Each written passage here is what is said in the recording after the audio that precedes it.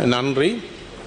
இன்றைய வேலையாட்களின் வரவு செலவு திட்ட நிவாரணப்படி சட்டம் மூலம், அதேபோல வேலையாட்களின் குறைந்தபட்ச வேதன சட்டம் மூலம், இந்த 3 சட்ட மூலங்களை திருத்துவதனூடாக இந்த நாட்டிலே வாழுகின்ற ஊழியம் செய்பவர்கள், குறிப்பாக குறைந்த வருமானம் பெறுபவர்களுக்கு இந்த திருத்தங்களின் ஊடாக 6000 ரூபாய் நிவாரணம் அல்லது சம்பள அதிகரிப்பு ஏற்படுத்தப்பட்டிருக்கிறது. இந்த சம்பள அதிகரிப்பை நாங்கள் பாராட்டுகிறோம், வரவேற்கிறோம்.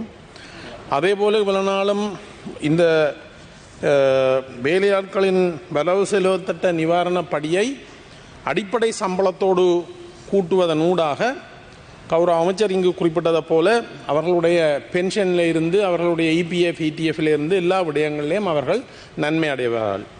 ஆனால் இந்த 30,000 ரூபாய் 2026ஆம் ஆண்டு 1ஆம் மாதம் 1ஆம் தேதியிலிருந்து அவர்கள் 27இலிருந்து 30,000 ரூபாய் பெற இருக்கிறார்கள். இப்போது 27,000 ரூபாய் பெற்றுக் கொண்டிருக்கிறார்கள்.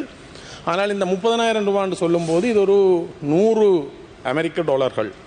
இது மிகவும் குறைந்த சம்பளமாகத்தான் இருக்கிறது. ஆனால் உங்களுடைய முயற்சிக்கு என்னுடைய பாராட்டுகள். ஆனால் இப்போ நாங்கள் ஒரு வங்குரோத்தடைந்த நாட்டை இந்த அரசாங்கம் பொறுப்படுத்தி இந்த அதிகரிப்பை, சம்பள அதிகரிப்பை செய்தது நல்ல விடயம். ஆனால் இந்த வங்குரோத்து அடைவதற்கு காரணமானவர்களாக இருந்தவர்கள் மக்கள் அல்ல, இருந்த அரசாங்கங்கள். ஆகவே நாங்கள் இந்த வங்குரோத்து நிலையிலிருந்து மீள வேணுமாக இருந்தால் நாங்கள் இந்த நாட்டுக்குள்ளுக்கு நிறைய இன்வெஸ்ட் பண்ணக்கூடியாக்களை, இங்கே கொண்டு முதலீடு செய்யக்கூடியவர்களை கொண்டு வர வேணும். அந்த முதலீடுகள் இங்கு வந்தாலும் கூட போக்குவரத்து மிகவும் முக்கியமானது. அந்த வகையில் தான் நான் கடந்த முறையும் கூறியிருந்தேன், இந்திய அரசாங்கத்தால் $65 மில்லியன் ஒரு கிராண்டாக இலங்கை அரசாங்கத்துக்கு கொடுக்கிறதுக்குரிய ஏற்பாடுகள் நடைபெற்றிருக்கிறது. ஆனால் 2017ஆம் ஆண்டிலிருந்து இழுத்தடிக்கப்படுகிறது. காங்கேசன்துறை துறைமுகத்தை அபிவிருத்தி செய்வதன் மூலமாக வடக்கு மாகாணம் மாத்திரமில்லை, இந்த முழு நாடும் தன்னுடைய வருமானத்தை அதிகரிக்கக்கூடிய, பொருளாதாரத்தை மேம்படுத்தக்கூடிய ஒரு வசதி வாய்ப்பு தானாக வரும்போது அதை நாங்கள் நழுவ விட்டு கொண்டிருக்கிறோம் என்பதை இந்த சந்தர்ப்பத்திலே தெரிவித்துக் கொள்கிறேன். அதேவேளை எங்களுடைய வவுனியா பிரதேசத்திலே நடைபெறுகின்ற ஒரு முக்கியமான பிரச்சனை தொடர்பாக இந்த சந்தர்ப்பத்திலே இந்த சபைக்கு நான் தெரிவித்துக் கொள்ள விரும்புகிறேன்.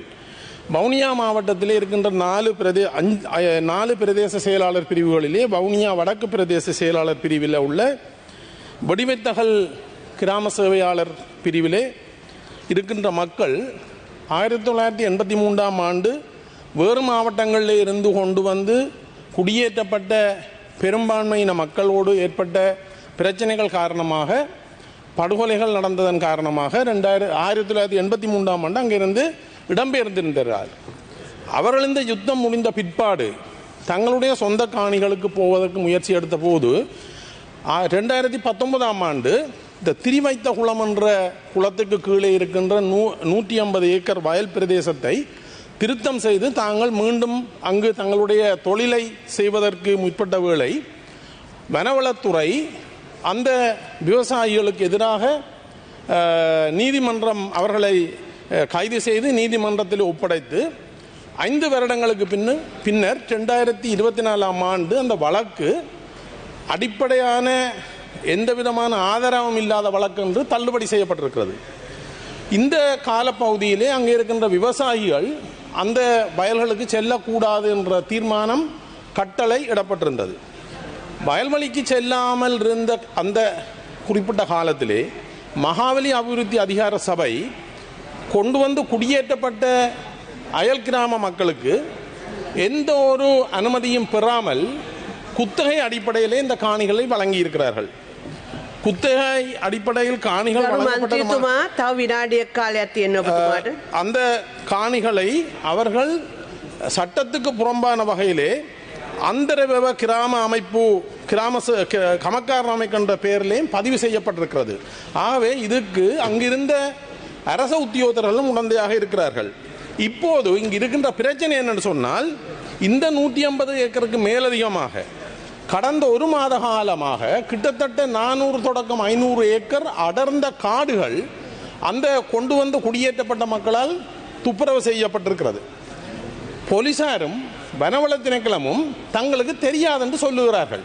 ஆனால் ஒரு சாதாரண விவசாயி வேலியை திருத்துவதற்கு ஒரு தடியை வெட்டினா கூட கைது செய்கின்ற வனவள திணைக்களமும் போலீஸும் கிட்டத்தட்ட 400 ஏக்கர் நிலத்தை பாரிய இந்த இயந்திரங்களை கொண்டு துப்புரவு செய்யும் போது தங்களுக்கு தெரியாது இருக்கிறார்கள். ஆகவே இந்த நிகழ்ச்சி நிரலுக்கு பின்னால அரசாங்கமோ அல்லது வேறொரு சக்தி இருக்கிறதாக நாங்கள் கருதுகிறோம். ஆகவே தொடர்ந்து வந்த அரசாங்கங்கள் செய்த அதே பிழையை மேலாதிக்க சிந்தனையை தயவு செய்து ஒரு நிமிடம் தாருங்கள்.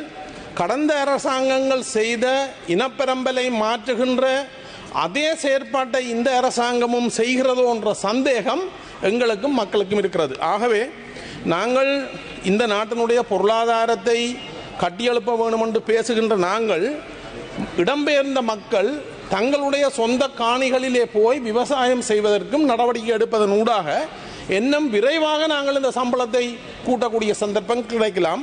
ஆகவே அரசாங்கம் இந்த விடயங்களிலே நான் சொன்ன காணி பிரச்சனை தொடர்பாக உடனடியாக தலையிட வேண்டும் என்று கேட்டுக்கொண்டு இந்த சந்தர்ப்பத்துக்கு நன்றி கூறி விடைபெறுகிறேன். நன்றி.